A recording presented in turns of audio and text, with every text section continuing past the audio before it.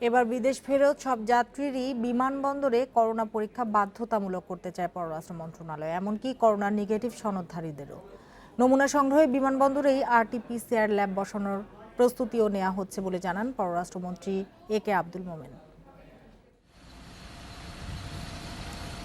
পশ্চিমা বিশ্বের বেশ কয়েকটি দেশে শুরু হয়েছে করোনার দ্বিতীয় দফা সংক্রমণ।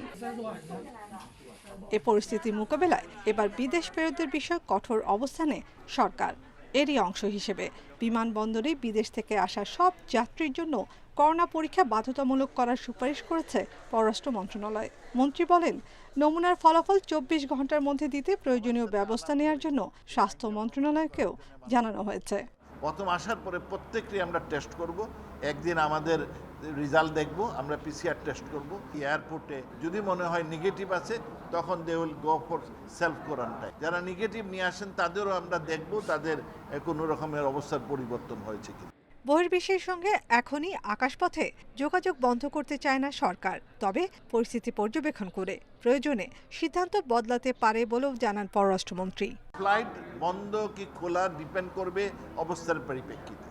এদিকে পরীক্ষার ফলাফল পাওয়ার আগ পর্যন্ত বিদেশ ফেরত যাত্রীদের দুদিনের প্রাতিষ্ঠানিক কোয়ারেন্টাইন নিশ্চিতের সুপারিশ করেছে কোভিড-19 জাতীয় কারিগরি পরামর্শ কমিটি।